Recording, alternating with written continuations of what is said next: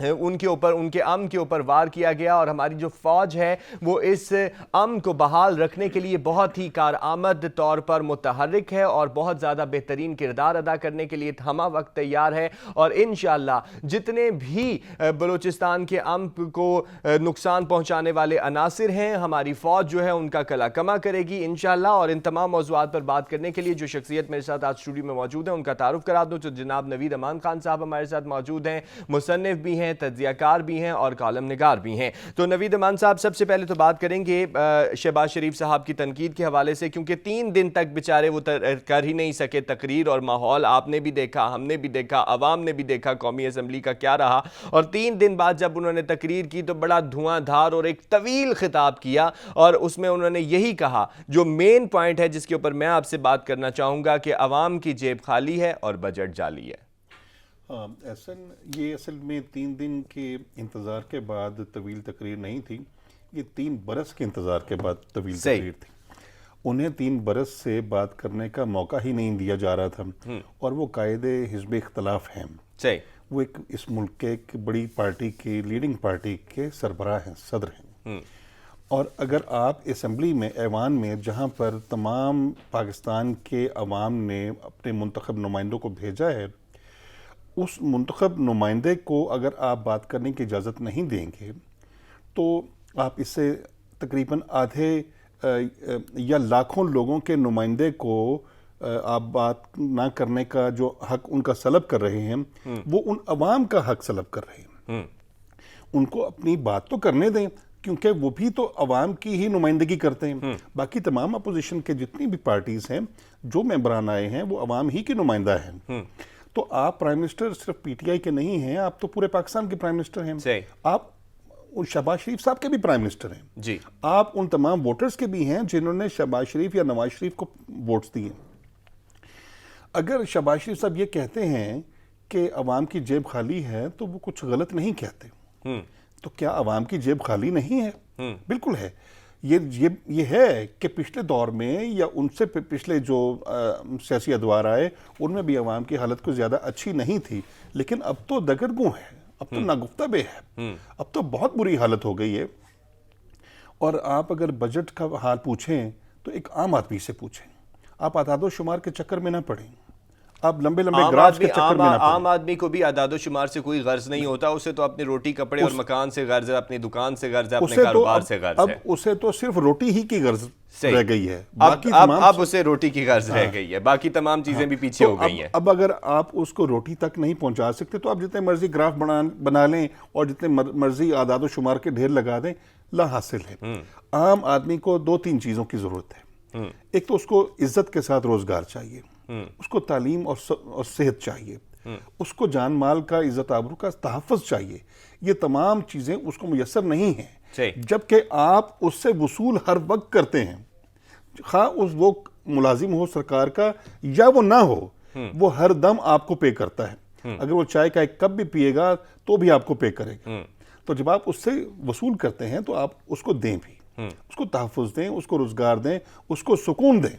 یہ حکومتوں کی ذمہ داری ہوتی ہے۔ لیکن سکون دینے میں ناکام نظر آ رہی ہے موجودہ حکومت، اس کی کیا وجوہات ہیں؟ اچھا، حکومتیں تو تمام ہی ناکام رہیں عوام کو سکون دینے کے حوالے سے، لیکن بہرحال جو پی ٹی آئی کی حکومت ہے اس نے تو اس سکون کو برباد کرنے کا تو ریکارڈ ہی توڑ دیا ہے، اور اس کی وجہ صرف یہ ہے کہ وہ لیکن وہ کہتے ہیں کہ گھبرانا بھی نہیں ہے، سکون آپ کو ملے گا، بلکہ سکون تو قبر میں ہے۔ دیکھیں جی، ہاں، تو اب وہ قبر کے دہانے تک تو عوام پہنچ گئی ہے، اب کیوں نہ گھبرائیں۔ 3 برس سے اگر عوام صبر کر کے بیٹھے ہوئے ہیں اور اس آس پہ بیٹھے ہیں، کیونکہ آپ نے آس دلوائی تھی، یہ آس آپ ہی نے دلوائی تھی، اب آپ ان کو صبر کی تلقین کرتے ہیں۔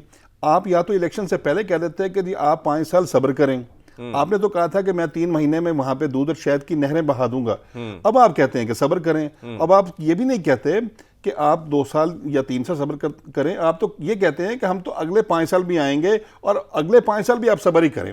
تو عوام اور کتنا صبر کریں، کہیں یہ عوام کا صبر آپ کو نہ لے جائے۔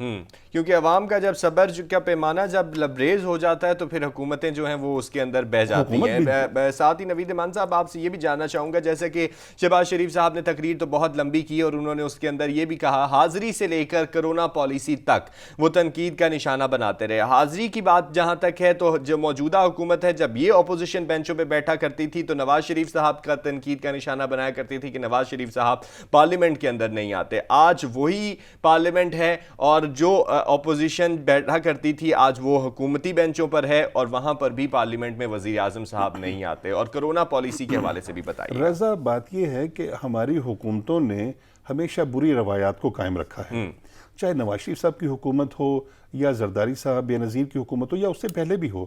تو ہم نے یہی دیکھا ہے کہ وہ جب اقتدار میں کوئی پارٹی آ جاتی ہے تو وہ بادشاہوں کا سا سلوک ہوتا ہے ان کا عوام کے ساتھ اور ایوان کے ساتھ، اور وہاں پر وہ اپنی حاضری کو ایوان میں انشور نہیں کرتے. یوسف رضا گیلانی صاحب کے حوالے سے میں یہ ضرور کہوں گا کہ وہ حاضری کی حد تک وہ انہوں نے اس کو ضرور کنفرم کیا ہوا تھا اور ان کے دور میں ایوان نسبتاً بہتر روایات کے ساتھ چلتا رہا، ایسی ہنگامہ خیزی نہیں تھی. لیکن اس حکومت کا تو ترا ہی ہنگامہ خیزی ہے. یہ سکون کے ساتھ نہ کام کرتے ہیں نہ کرنے دیتے ہیں، نہ انہوں نے اپوزیشن میں کام کیا یا کرنے دیا، نہ انہوں نے اقتدار میں کام کیا اور نہ کرنے دیا. تو اس لیے اس رویے کے ساتھ تو سیاسی طور پر جب آپ انتشار پھیلاتے ہیں، عدم استحکام ہوتا ہے تو عدم استحکام معاشی عدم استحکام کی طرف چلا جاتا ہے اور وہی معاشی عدم استحکام سماجی عدم استحکام کی طرف چلا جاتا ہے. اور آپ یہ دیکھیے جب سماجی عدم استحکام ہوتا ہے تو اس سے لا اینڈ آرڈر کی سچویشن پیدا ہو جاتی ہے، انارکی کی سچویشن ہوتی ہے. دشمن کو اس پاکٹ میں سے راستہ مل جاتا ہے جہاں سے وہ حملے کرتا ہے، چاہے وہ معاشی حملے ہوں، چاہے وہ سیاسی حملے ہوں، چاہے سماجی حملے ہوں، یا وہ عملی طور پر بندوق کی زور پہ یا بم کے زور پہ ہوں. تو وہ دہشت پھیلتی ہے. صحیح. شہباز شریف صاحب کی تقریر ہوئی اور اس کے جواب میں اسد عمر صاحب بھی کھڑے ہوئے اور شہباز شریف صاحب نے جس طرح کہ کہا کہ کرونا پالیسی جو ہے ہماری بڑی ناقص رہی ہے، تو شہباز شریف کے جواب میں اسد عمر صاحب بھی میدان میں اترے اور انہوں نے کہا کہ ہماری جو کرونا پالیسی ہے اس کی تمام دنیا نے تعریف کی ہے. اس میں تو کوئی شک نہیں کہ پاکستان کی کرونا پالیسی اچھی رہی ہے اور اس کی تعریف بھی کی گئی ہے، لیکن ساتھ انہوں نے کہا کہ غریبوں اور بیواؤں کی جو خدمت کی ہے ہماری گورنمنٹ نے وہ کسی نے بھی نہیں کی. تو اس کو کس طرح سے دیکھتے ہیں کہ کتنی خدمت کی ہے موجودہ حکومت نے؟ غریب تو بیچارے پریشان. اچھا، کرونا کے حوالے سے مختصراً یہ ہے کہ پاکستان کی کرونا پالیسی کوئی اتنی اچھی نہیں رہی. دنیا کے بہت سارے ممالک کے اگر اعداد و شمار، یہ اعداد و شمار ہی کو اکٹھا کر کے پروموٹ کرتے ہیں نا، اگر ہم اعداد و شمار ہی میں چلے جائیں تو دنیا کے جتنے بھی گنجان آباد ممالک ہیں وہاں پر جو کرونا کی پالیسی اختیار کی گئی اور ویکسینیشن کی گئی، پاکستان کا تو اس میں کوئی نام نظر کہیں باٹم پہ ہی آئے گا اب بھی. اور جہاں تک اس بات کا تعلق ہے کہ سیاسی طور پر اس نے کتنا مائلج حاصل کیا ہے، تو یہ پی ٹی آئی کی گورنمنٹ تو بہرحال کارکردگی کے اعتبار سے تو ناقص ترین ہی ہے. اور اگر شہباز شریف صاحب نے ان کی سیاسی کارکردگی کو ہدف تنقید بنایا ہے تو کچھ غلط نہیں کہا. پاکستان میں پچھلے 3 سال میں پی ٹی آئی کی گورنمنٹ کس ہدف کو حاصل کر سکی؟ کیا بیواؤں کو، یتیموں کو کی دادرسی ہو سکی؟ نہیں. ان کے لیے تو احساس پروگرام بنائے گئے ہیں نا، ان کے لیے احساس پروگرام بنا لیے، احساس سینٹر بنا دیے گئے اور کوئی بھوکا نہیں سوئے گا اس کو روٹی پہنچانے کے لیے انہوں نے کام شروع کر دیا اور اس طرح کے بہت سارے پروجیکٹ شروع کر دیے گئے. تو وہ حکومت کہتے ہیں کہ یہ جو ہمارے پروجیکٹس ہیں یہ انہی غریبوں اور بیواؤں کے لیے ہیں. نہیں، یہ باتیں کرنے میں اور پروگرام اس طریقے سے انٹروڈیوس کروانے سے کسی کی غربت اور کسی کی میزریز ختم نہیں ہو جاتی. آپ ان کی میزریز کو ایڈریس کریں، اس کو ختم کریں. آپ ان کو یہ راستہ مت دکھائیں. دیکھیں، جو بے نظیر انکم سپورٹ پروگرام تھا، یہ اس طرح کے جو پروگرامز تھے، کیا اس سے ملک میں غربت ختم ہو گئی؟ نہیں. اربوں روپیہ ہر سال مختص ہوتا تھا اور وہ لوگوں کو ملتا تھا یا وہ دوسرے لوگ بھی لے جاتے تھے. تو کیا لوگوں کی غربت کیا سندھ میں ختم ہوئی، پاکستان میں ختم ہوئی؟ نہیں ہوئی. اس طریقے سے کبھی بھی غربت ایڈریس نہیں ہوتی. آپ ان کے لیے کوئی اور طریقہ اختیار کریں، الٹرنیٹیو پروگرامز لانے چاہیے، ان کے لیے فیکٹریز لگانی چاہیے، ان کے لیے روزگار مہیا کرنے چاہیے، ان کے لیے جو ہے تعلیم کا سامان پیدا کرنا چاہیے تاکہ وہ بہتر زندگی کی طرف آئیں، نہ کہ وہ ہمیشہ مانگتے ہی رہیں اور انہیں روٹی مل جائے دروازے پہ اور وہ اس کے عادی ہو جائیں. یہ قوم کا مستقبل نہیں ہونا چاہیے کہ آپ کو پناہ گاہ میں رات گزارنے کو مل جائے گی، آپ کو لنگر خانے میں روٹی مل جائے گی. تو کیا ہم مانگ کے روٹیاں کھائیں گے اور ہم کسی کے پناہ گاہوں میں جا کے رات بسر کریں گے؟ یہ حکومت کی ذمہ داری ہے کہ وہ ہر پاکستانی کو روٹی خوراک فراہم کرے، اس کے روزگار کا بندوبست کرے، اس کی صحت کا بندوبست کرے، اس کے لیے گھر کا بندوبست کرے۔ یہ تمام فلاحی مملکتوں میں ایسا ہوتا ہے۔ آپ چائنا میں دیکھ لیجئے، برطانیہ میں دیکھ لیجئے، کہ چائنا 1.5 ارب کا ملک ہے، اور چائنیز گورنمنٹ جو ہے وہ ہمارے لیے ہر اعتبار سے آئیڈیل سمجھی جاتی ہے۔ تو آپ ان کے ان فلاحی کاموں کو اور ان کے تمام جو ان کے اقدامات ہیں ان سے سبق سیکھیں، اور ہم پاکستان کے لوگوں کے مسائل حل کریں۔ انہوں نے تو 1.5 ارب لوگوں کے مسائل حل کرنے میں وہ کامیاب ہو گئے ہیں، تو آپ تو کہتے ہیں کہ 20-21 کروڑ کا ملک کون چلا سکتا ہے؟ بھائی اگر آپ میں چلانے کی اہلیت نہیں تھی تو آپ نہ آتے، یا آپ میں نہیں ہے تو آپ چلے جائیں۔ تو یہ تو ملک چلانے کی ایک صلاحیت ہوتی ہے، وہ اگر آپ میں ہے تو آپ پرفارم کریں، اگر نہیں ہے تو آپ چلے جائیں۔ صحیح، ایسے ہی ہے، اگر پرفارم نہیں کر پاتے تو پھر چیلنجز کو تو دیکھنا ہے، جب آپ نے حکومت میں آنا ہے تو پھر چیلنج تو سامنے آئیں گے۔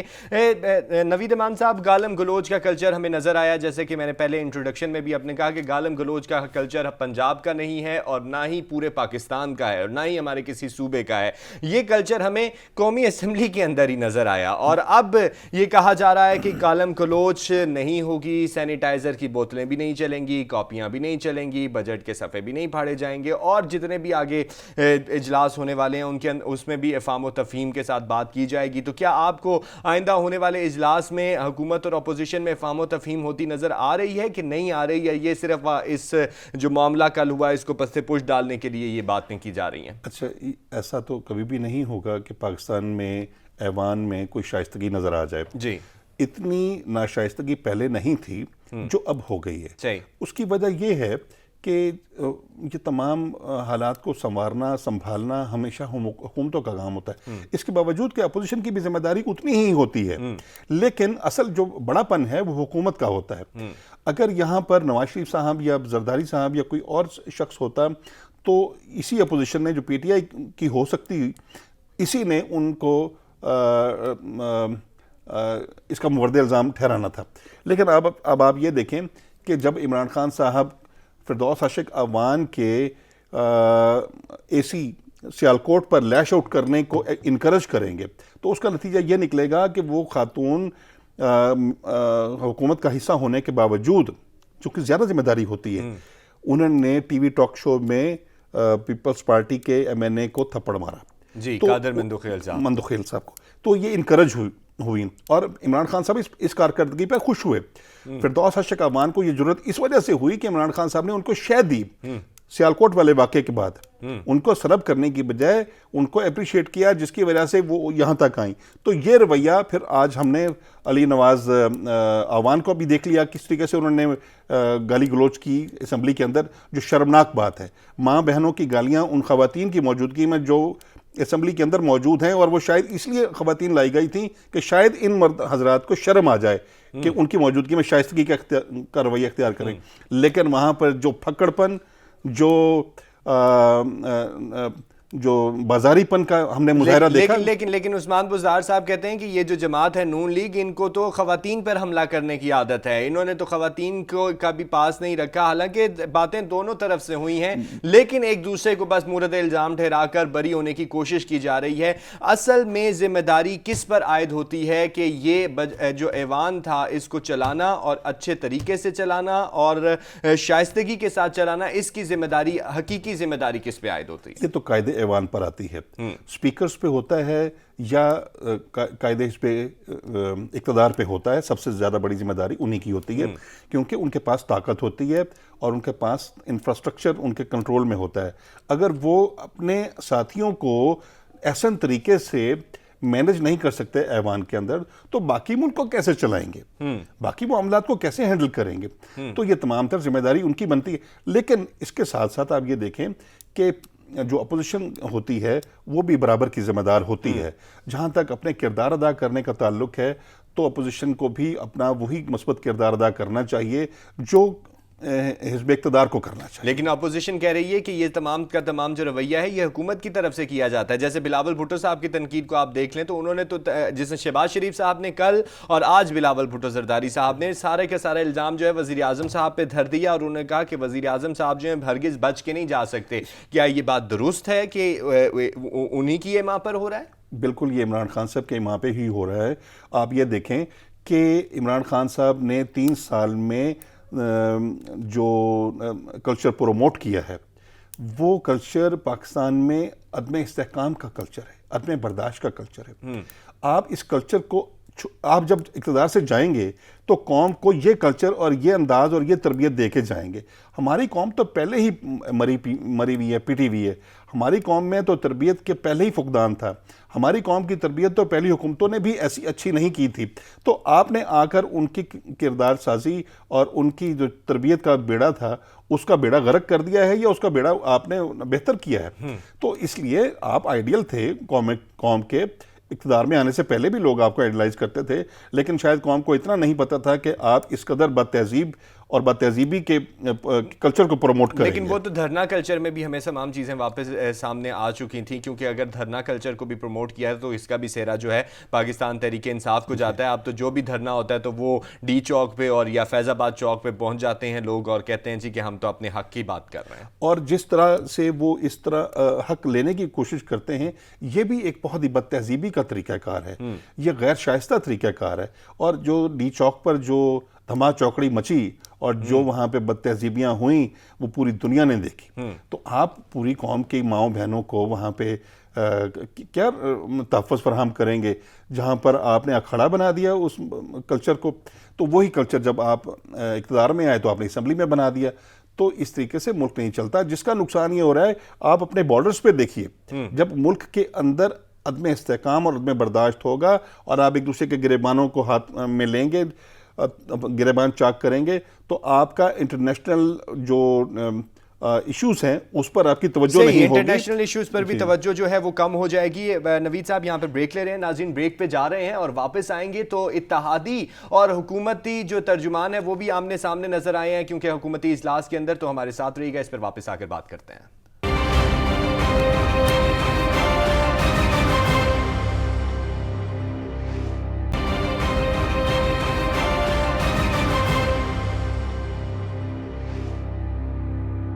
ویلکم بیک جی. ناظرین وقفے سے پہلے بات ہو رہی تھی شہباز شریف صاحب کی تقریر کے متعلق جو انہوں نے قومی اسمبلی میں کی, اور ساتھ ہی ساتھ قومی اسمبلی میں جو ناشائستہ رویہ اختیار کیا گیا حکومت کی جانب سے, اپوزیشن کی جانب سے, اس پر بھی بات ہوئی. اور اس ناشائستگی کے ذمہ دار صرف اپوزیشن نہیں حکومت بھی ہے, بلکہ زیادہ ذمہ دار حکومت ہے, کیونکہ ان کا کام ہے کہ ایوان کو کس طریقے سے پرامن رکھا جائے اور پرامن طریقے سے چلایا جائے. ابھی تھوڑی سی بات کر لیتے ہیں. تحریک انصاف اور پارلیمانی جماعتوں کا بھی اجلاس ہوا. تو نوید امان صاحب, تحریک انصاف اور پارلیمانی جماعتوں کا بھی اجلاس ہوا اور اس میں بھی وہی رویہ ہمیں نظر آیا. اور اب تو یہاں پر اتحادی ہیں, اپوزیشن بھی نہیں ہے. تحریک انصاف نے اتحادیوں کو کہا کہ اتحادیوں کا رویہ منافقانہ ہے, اور جو اتحادی ہیں ان کی طرف سے جواب آیا کہ اگر ہمارا رویہ منافقانہ آپ کو لگتا ہے تو کھل کر بات کریں. اگر آپ ہم سے اتنے ہی تنگ ہیں تو کتنا اتحاد دیکھ رہے ہیں مستقبل میں؟ اچھا, اتحاد تو اسی طریقے سے لولا لنگڑا چلتا ہی رہے گا, کیونکہ ان کے اپنے مفادات ہیں. یہ سارے تمام سیاسی اور مالی مفادات کا ہی ایک کمبینیشن ہوتا ہے. تو اگر اتحادی تنگ ہیں تو اتحادی چلے جائیں, اور اگر حکومت تنگ ہے تو حکومت ان کو کک آؤٹ کر دے اور اپنے بل پہ چلا کے دکھا دے. لیکن چونکہ ان کو ایک بانڈنگ ایلیمنٹ اور ہے جس نے ان کا اس کا بانڈیج کیا ہوا ہے, وہ بانڈنگ ایلیمنٹ جس وقت نیوٹرل ہو جائے گا تو یہ اتحاد ٹوٹ جائے گا. تو حکومت کو یہ تسلی ہے کہ بانڈنگ ایلیمنٹ ان کے پاس موجود ہے. بانڈنگ ایلیمنٹ کی بات تو ایک سائڈ پر, رویہ وہی رہا جو ہمیں قومی اسمبلی میں بھی نظر آیا اور یہاں پر پارلیمانی جماعتوں کے اجلاس میں بھی نظر آیا. دیکھیں وہ رویہ تو ظاہر ہے کہ جو سربراہ ہوتا ہے ملک کا یا پارٹی کا یا گورنمنٹ کا, یہ اسی کا رویہ اور اسی کا انداز ہی آپ کو ریفلیکٹ کرتا ہوا نظر آتا ہے. اور عمران خان صاحب کے مزاج کو اور ان کے انداز کو آپ کو یاد ہوگا کہ جب وہ پہلی دفعہ ایوان میں آئے تھے اقتدار میں آنے کے بعد, تو پہلی ہی انٹری میں انہوں نے کس قدر ناشائستگی کا مظاہرہ کیا تھا اور کتنی انٹالرنس کا مظاہرہ کیا تھا, جو یہ ظاہر کرتا تھا کہ وہ سیاسی طور پہ وہ اتنے پختہ نہیں ہیں, ان میں برداشت نہیں ہے. اور وہ جب اپنی عدم برداشت کا مظاہرہ کریں گے تو آگے سے دوسرے جو ان کے اتحادی ہوں گے یا ان کے جو سیاسی مخالفین ہوں گے اپوزیشن کے، وہ اس سے بھی برے رویے کو سامنے لائیں گے. تو نتیجہ کیا نکلے گا؟ قوم کو برے رویے پروموٹ ہوتے ہوئے نظر آئیں گے. اور اس وقت جب قوم کی یا بچوں کی نئی نسل کی نگاہیں جب ان پہ ہوتی ہیں تو وہ برے رویوں کو سیکھتے ہیں. صحیح، یعنی کہ یہ جو برا کلچر ہے یہ خود قومی اسمبلی سے ہی پروموٹ ہوتا ہے، اور قومی اسمبلی جو ہے وہ کلچر کی ضامن ہے. ملک میں مہنگائی بھی بہت زیادہ ہے نوید امان صاحب، عوام جو ہے وہ دہائیاں دیتی ہوئی نظر آتی ہے، ہر عوام اور لوگ جو ہیں وہ پریشان ہیں، روٹی کے لیے ترس رہے ہیں.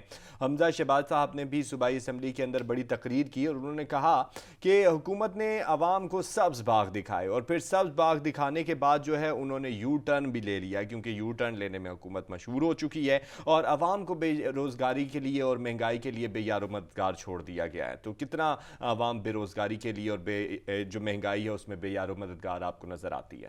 اچھا، یہ تو بات درست ہے کہ عوام کی حالت تو بہت ہی بری ہوئی ہے، اور عمران خان صاحب تو نواب آف کالا باغ کی بجائے نواب آف سبز باغ کے طور پہ بدنام بھی ہوئے ہیں. اور یو ٹرن جس کو آپ مشہور کہتے ہیں، وہ یو ٹرن اصل میں وہ بدنامی کا باعث ہوتی ہے. حکومتیں یا سیاستدان بدنامی میں اور نیکنامی میں فرق کو محسوس نہیں کرتی، حالانکہ یہ بہت واضح فرق ہے. یہ فرق پوری قوم کی کردار سازی میں اہم کردار ادا کرتا ہے. نہیں، وہ تو کہتے ہیں یو ٹرن جو ہے وہ مناسب ہوتا ہے، حکومتیں لیتی رہتی ہیں، جب آپ کو خیال آ جائے کہ بھئی آپ یہاں پر غلط جا رہے تھے یا آپ کا ٹریک بدل رہا تھا تو آپ نے وہیں سے واپس رخ اختیار کر لینے. اگرچہ پہلی حکومتیں بھی یو ٹرن لیتی تھیں، لیکن ان کے یو ٹرن کی پرسنٹیج اور ان کی بہت مختلف ہے. جہاں تک آپ اس بات کا تعلق ہے کہ آپ کو یو ٹرن لینا پڑ جاتا ہے تو سیاستدان ہمیشہ زیرک نگاہ ہوتا ہے، دور اندیش ہوتا ہے. جو سیاستدان دور اندیش نہ ہو، زیرک نگاہ نہ ہو، باریک بین نہ ہو، جو حالات کی نبض پر ہاتھ نہ رکھ سکے، جو خطرات کو بھانپ نہ سکے، وہ سیاستدان ہی کیا. تو اس کو یو ٹرن تو اسی کو لینا پڑتا ہے جس کو کل کی خبر نہ ہو. تو آپ کو آپ کو تو کل کی چھوڑیں، آپ کو تو پل کی خبر نہیں ہے عمران خان صاحب کو. تو آپ ایک گھنٹہ پہلے جو بیان دیتے ہیں، ایک گھنٹے کے بعد آپ کا بیان مختلف ہو جاتا ہے. یہ حماد اظہر صاحب کا جو فیصلہ ہے اس کو ہی آپ لے لیجیے. پہلے آپ نے اسد عمر صاحب کو لگایا، ان کو ذلیل کر کے ہٹایا. پھر آپ نے حفیظ شیخ کو لگایا، ان کو ذلیل کر کے ہٹایا. پھر آپ نے حماد اظہر کو لگایا اور یہ کہا کہ یہ نوجوان اور تازہ دم ہے اور یہ ڈائنامک ہے. لیکن وہ ایک ہی مہینے کے اندر آپ ایک مہینہ بھی وہ نہیں نکال سکے، اور آپ نے ان کو فارغ کر کے آپ چوتھا بندہ لے آئے. اور اس چوتھے بندے کو بھی وہ بھی انہی اداروں سے لائے جس ادارے سے پہلے وہ لوگ حفیظ شیخ وغیرہ آ چکے تھے. تو آپ کو تو اتنا ہی پتہ نہیں ہے کہ کس طریقے سے اس ملک کی کشتی کو پار لگانا ہے. کیا آپ کی کنسسٹنسی، آپ میں کوئی تسلسل ہے، کوئی آپ میں کوئی تحمل ہے، کوئی آپ میں کوئی ویژن ہے؟ کوئی چیز بھی تو ریفلیکٹ ہوتی بھی نظر نہیں آتی. کنسسٹنسی کا نقصان کس کو ہوگا جو کنسسٹنسی نہیں ہے؟ اس کا تو ملک اور قوم کو ہی بھگتنا پڑتا ہے. دیکھیں، ہم ایک ایٹمی طاقت ہیں اور 7ویں ایٹمی ملک ہیں. ہمارا تو ہر معاملے میں ہمیں 7ویں نمبر پر تو ہونا چاہیے نا. لیکن ہم تو صرف ایٹمی طاقت کے طور پہ 7ویں نمبر پر ہیں، باقی معاملات میں تو ہم 70ویں نمبر پر بھی نہیں ہیں. نہ ہم نارمز اینڈ ویلیوز کے حوالے سے، نہ اکنامک حوالے سے، نہ سیاسی اعتبار سے. یعنی آپ کو لگتا ہے کہ جو وزراء کی تبدیلی ہے اس کے اندر کنسسٹنسی ہے، اور جو ہماری پالیسیز ہیں اس کے اندر کنسسٹنسی نہیں ہے.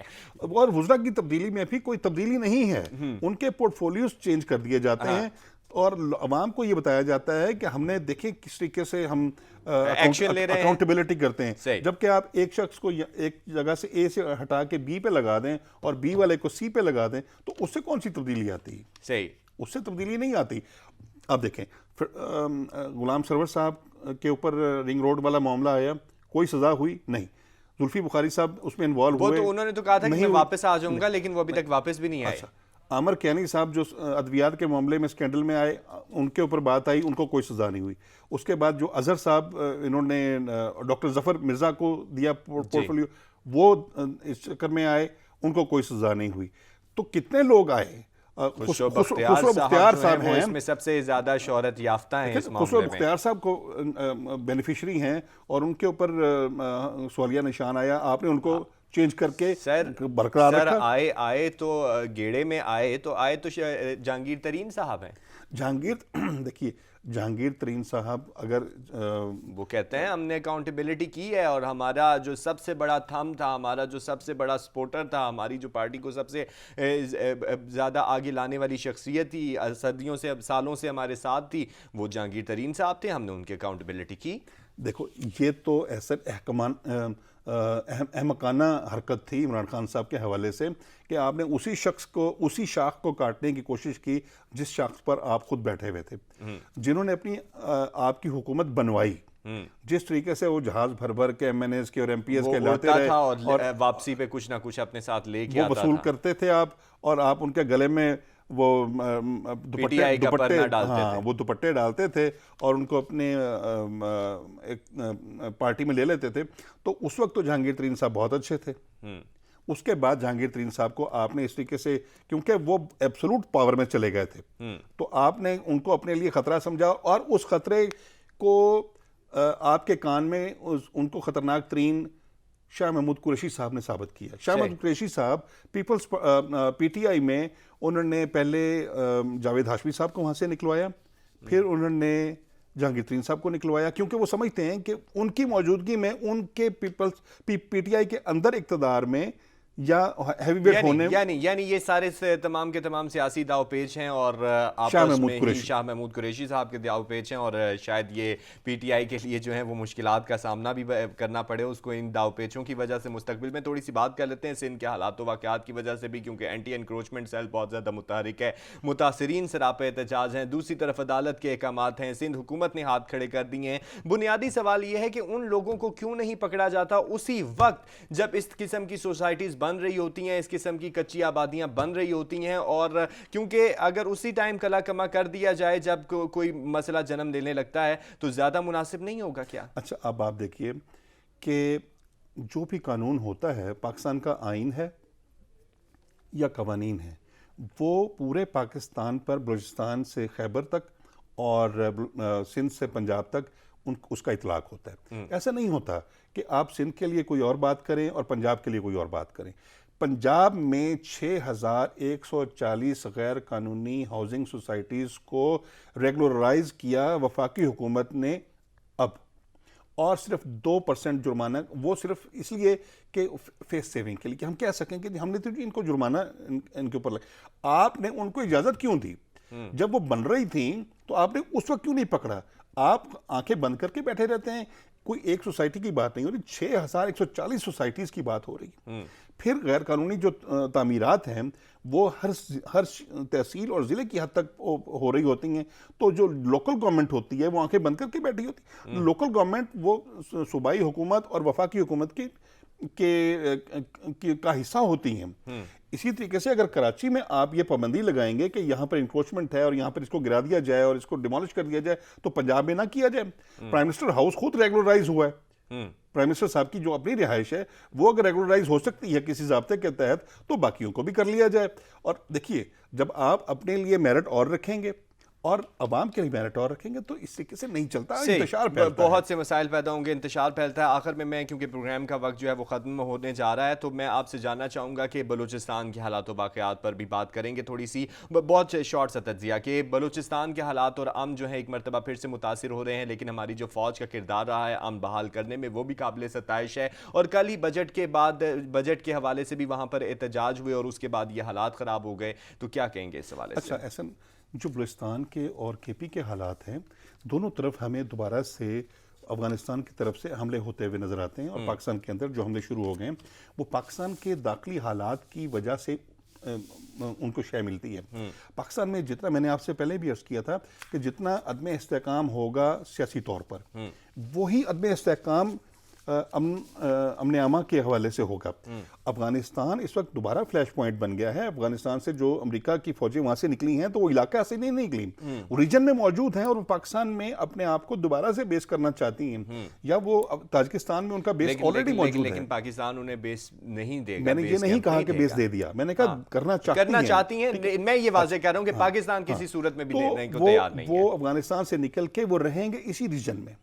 جب اس ریجن میں رہیں گے تو افغانستان کے حالات طالبان کے کنٹرول میں مزید آتے چلے جا رہے ہیں, اور افغانستان کی جو اب گورنمنٹ ہے اشرف غنی کی وہ محدود ہو رہی ہے. وہ محدود ہونے کی وجہ سے وہاں پہ ان کی طاقت طالبان کی بڑھنے سے پاکستان میں جو طالبان موجود ہیں یا جو شدت پسند تنظیمیں موجود ہیں وہ ریکلیکٹ ہو رہی ہیں. لیکن اگر خارجہ پالیسی کو دیکھا جائے تو پاکستان نے یہ بھی خارجہ پالیسی دی ہے کہ ہمارے چاہے وہاں پر طالبان کی حکومت ہو یا چاہے وہ اشرف غنی صاحب کی حکومت ہو یا ایگزیکٹو حکومت ہو عبداللہ کی جس کی بھی ہو, ہم وہاں پر ایک معتدل قسم کا رویہ رکھیں گے اور ہم غیر جانبدارانہ طور پر سامنے آئیں گے. اس کو ہماری غیر جانبدار پالیسی افغانستان کے اندر وہی ہمارے لیے بہتر ہوگی. اور ہمیں آئندہ اس حوالے سے اس بات کو انشور کرنا ہوگا کہ افغانستان میں ہم کسی بھی جانبداری کا مظاہرہ نہ کریں اور اپنے حالات کو قابو کریں. افغانستان میں حالات جیسے ہی بگڑنا شروع ہوتے ہیں اس کا فوری طور پر امپیکٹ پاکستان میں ہوتا ہے.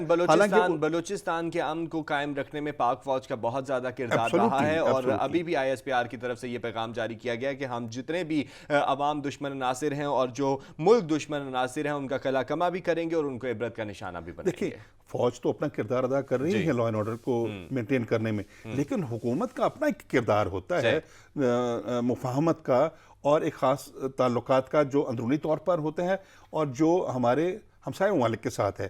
آپ یہ دیکھیں کہ افغانستان کے حالات جیسے ہی خراب ہونا شروع ہوتے ہیں تو اس کا امپیکٹ ایران پہ یا تاجکستان پہ یا جو دوسری طرف ممالک ہیں ان پر نہیں ہوتا, اس طرف ہوتا ہے, پاکستان پہ ہوتا ہے ڈائریکٹ. ہمیں اس چیز کو سنبھالنا ہے.